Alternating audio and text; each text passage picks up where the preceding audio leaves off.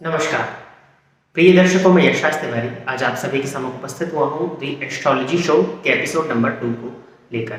जैसा कि आप सभी जानते हैं, ये जो हमारा कार्यक्रम है, इस कार्यक्रम में मैं आपके द्वारा पूछे गए प्रश्नों का जवाब देता हूँ। वो प्रश्न एस्ट्रोलॉजी से अर्थात ज्योतिष से संबंधित, पूजा पाठ से संबंधित, ज्योतिषीय उपाय से संबंधित हो सकते हैं या किसी ज्योतिषीय योग से संबंधित आपके मन में कोई क्यूरियोसिटी है तो वो आप यहाँ पर क्लियर कर सकते हैं, या आपके मन में कोई भी ऐसा प्रश्न है जो ऑकल्ट साइंस हमारी फील्ड से रिलेटेड है तो वो भी आप पूछ सकते हैं। अगर आप भी प्रश्न करना चाहते हैं तो आप अपने नाम के साथ में अपना स्पेसिफिक प्रश्न इस वीडियो के कमेंट सेक्शन में दे दीजिए। इसके पिछले वीडियो में जिन लोगों के कमेंट्स आए थे उनके आंसर्स को लेकर के, या जो क्वेश्चंस आए थे उनके आंसर्स को लेकर के आज मैं आप सभी के सम्मुख इस कार्यक्रम में उपस्थित हुआ हूँ।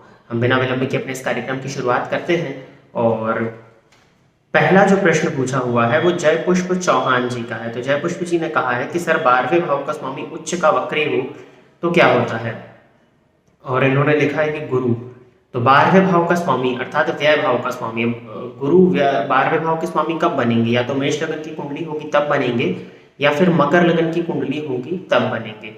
अगर मकर लगन की जन्म कुंडली है तो व्ययपति होकर के गुरु सप्तम भाव में उच्च राशि में बैठ करके वक्री होंगे, और अगर ये स्त्री की कुंडली है तो कहीं ना कहीं ये दाम्पत्य जीवन से संबंधित परेशानियों को प्रदर्शित करेंगे। और अगर पुरुष की कुंडली है और शुक्र कहीं ना कहीं कमजोर अवस्था में पाए गए और शनि अगर कमजोर अवस्था में पाए जाते हैं, तो शनि नहीं मेनली चंद्रमा, अगर शुक्र और चंद्रमा कमजोर अवस्था में पाए जाते हैं तो दाम्पत्य से संबंधित परेशानी आएगी। लेकिन अगर ये जन्म कुंडली आपकी मेष लगन की है तो मेष लगन की कुंडली में गुरु व्ययपति और भाग्यपति होकर के चतुर्थ भाव में जाकर के उच्च के होंगे। तो यहाँ पर गुरु का उच्च राशि में बैठना अच्छा है। वक्री हो जाने में भी कोई दिक्कत नहीं है क्योंकि वो भाग्येश है, उस लगन के कारक प्लैनेट है। तो भाग्य भाव का अधिपति चतुर्थ भाव में जाकर के बैठेगा तो इसको अच्छा ही माना जाएगा। उच्च राशि में वक्री होने के बाद में भी ये रिजल्ट करने वाले होंगे जातक के जीवन काल में भूमि भवन और वाहन के सुखों को बढ़ाने वाले होंगे। साथ ही साथ 12वें भाव पर गुरु की दृष्टि भी पड़ेगी चतुर्थ भाव से, तो ऐसा जातक परोपकारी और दानी स्वभाव का भी होगा।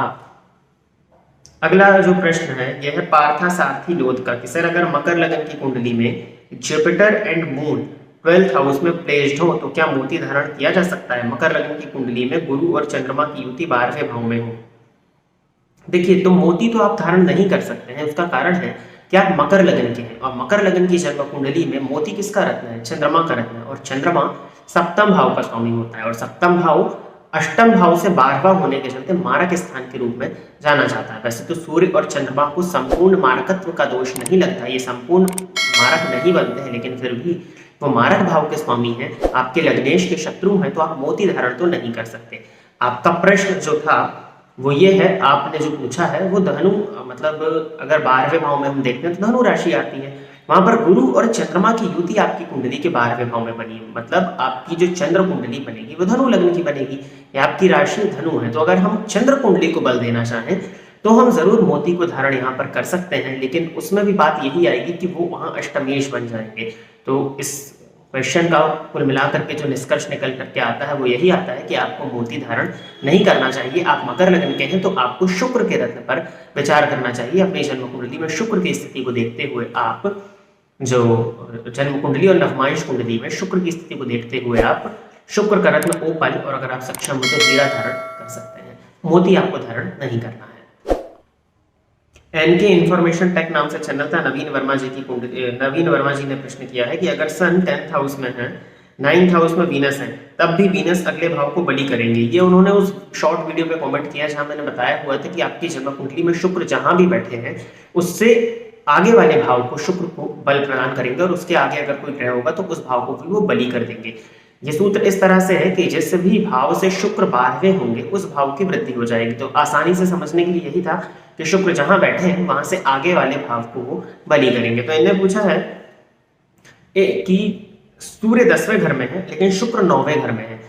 तो एक ज्योतिष का सूत्र यह भी कहता है कि शुक्र का जन्म कुंडली में सूर्य से आगे होना कहीं ना कहीं अच्छा माना जाता है।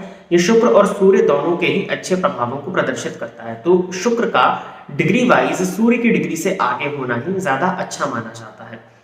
इन्होंने एक चीज और लिखी है कि मेरा एक कंफ्यूजन है इसमें कि एक आचार्य है वो कह रहे हैं कि सन के पीछे अगर वीनस हो तो नेगेटिव होता है, अगर सन के आगे वीनस हो तो पॉजिटिव, तो अब कंफ्यूजन है। बिल्कुल, जिन्होंने भी कहा है ये बात 100% शत प्रतिशत उन्होंने सही कही है कि शुक्र का सूर्य के आगे होना ही अच्छा माना जाता है। शुक्र का सूर्य के पीछे होने में रिजल्ट जो है वो कम मिलता है, लेकिन मायने नहीं रखता, अगर शुक्र पीछे भी है तो भी वो सूत्र तो काम करेगा ही।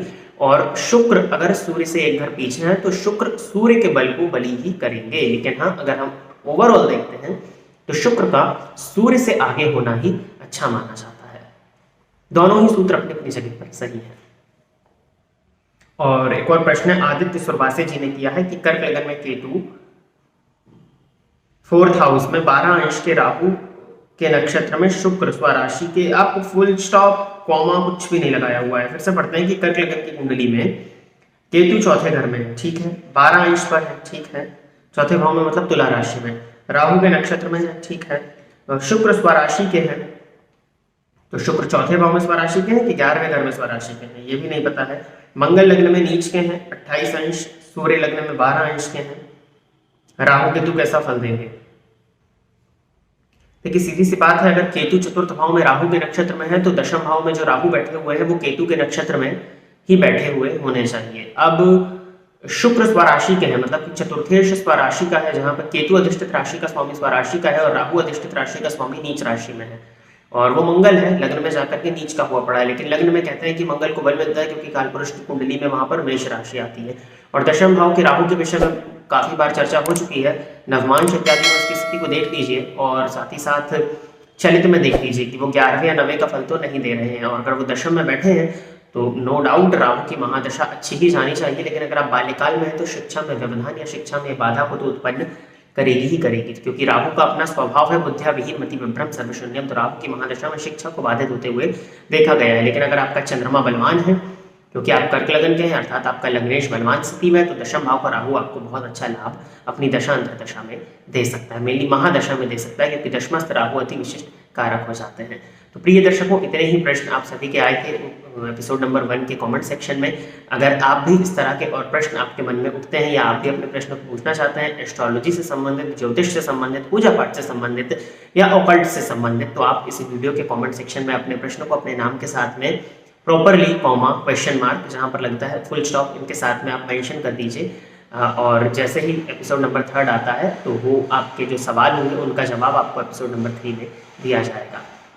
आज के लिए बस इतना ही, पुनः आप सभी के सम्मुख में एक और कार्यक्रम लेकर के उपस्थित रहूंगा, तब तक के लिए इजाजत दीजिए, नमस्कार। फोन पर बात करके कुंडली दिखाने के लिए एवं ज्योतिष से संबंधित अन्य सर्विसेज के लिए आप स्क्रीन पर दिए गए नंबर पर कॉल या व्हाट्सएप कर सकते हैं। साथ ही साथ अब आप मेरे अकाउंट को फेसबुक और इंस्टाग्राम पर भी फॉलो कर सकते हैं, जिसका यूजर नेम आपकी स्क्रीन पर दिया हुआ है।